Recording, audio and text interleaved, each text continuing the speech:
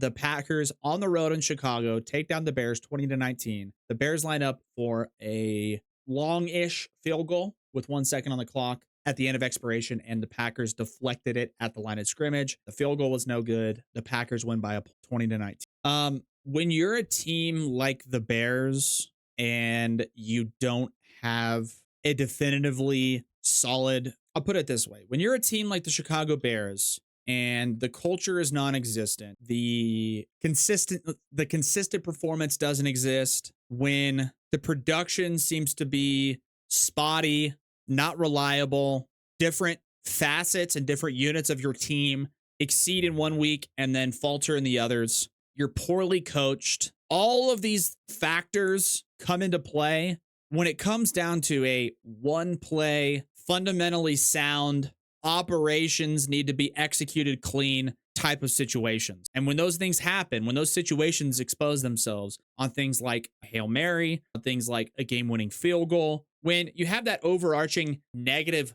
invisible cloud, bad aura around your organization, bad culture, questions being thrown at the top, all the way starting at ownership to general manager to head coach to quarterback, seemingly guys are out of position week by week. One unit on one side of the ball does well, and then the next week they falter, and vice versa. And then you get down to special teams. More often than not, you're not going to execute with a clean operation. You're just not. And historically speaking, the Packers have always executed and been well coached, and the Bears are the opposite. And when push comes to shove and it's time to make a game-winning field goal with the game on the line, one team's going to come through the line of scrimmage and block it, and one team's going to let them do that. And it's typically teams like the Packers blocking and the Bears missing. I think the Chicago Bears' biggest mistake was not doing everything they possibly could to go after Jim Harbaugh coming out of it. They already had a head coach. I get it, blah, blah, blah.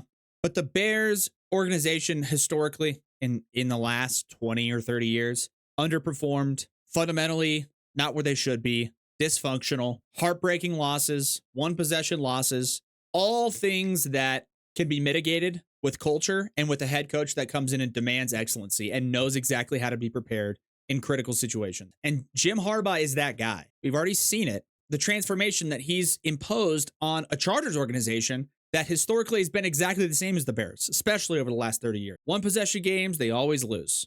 Crunch time situations, they always falter. We need clean operations on a critical last second play. Never happened. Bears, Chargers, handful of other teams. Since Jim Harbaugh's been with the Chargers, it's been the opposite. They seem more prepared. They seem more confident. The culture has changed a lot. And with the Bears, it's just been more of the same. It's been perpetual. It's been Matt Eberflus as a joke. It's been defensive backs not paying attention as the ball snapped on a final second Hail Mary that they ultimately tip up and lose the game. Clean operations, need a line of scrimmage presence on a game-winning field goal, doesn't happen, etc., etc., etc. Chargers, it's been the opposite this year, and it's been a breath of fresh air for Charger fans and something we're not used to as NFL fans, because typically the Chargers organization flops when push comes to shove and it's time to win a critical game, win in a critical situation. So for the Bears, there's no reason why they shouldn't have gone after a guy like Jim Harbaugh. Culture-changing quarterback. The Bears set themselves back by not going after a coach that is a culture-shifting, excellence-demanding caliber guy like Jim Harbaugh. Matt Eberflus just screams mediocrity. He just screams it. He's never accountable in the postgame. He never has the right answer. And then he's never able to back up any of his vague responses with changes on the field. And despite all of that, despite seemingly the approach and the change in approach against the Packers, the Bears still found themselves down by a point with 1 second left, and they can't run a clean operation on special teams. That's coaching. It's just coaching. It's putting your guys in the right spot, and it's something that Jim Harbaugh can mitigate as a head coach, something that he knows how to clean up and have that attention to detail be the primary focus. And we've seen the transition he's already created, the culture shift he's already been a part of with the Chargers organization, an organization historically that's done the exact same thing as the Chicago Bears in the last 30 years. Underperform, lose by one possession, heartbreaking losses. Hasn't been very much of that with the Chargers this year. And it's been a pretty small sample size, but it's also not a coincidence because Jim Harbaugh comes over and culturally changed what they had going on in the Chargers organization. The Bears, it's more of the same. It's just more of the same. And yeah, it's devastating for Bears fans. And yeah, it's like, I can't believe it. Yeah, they got embarrassed by the Patriots at home.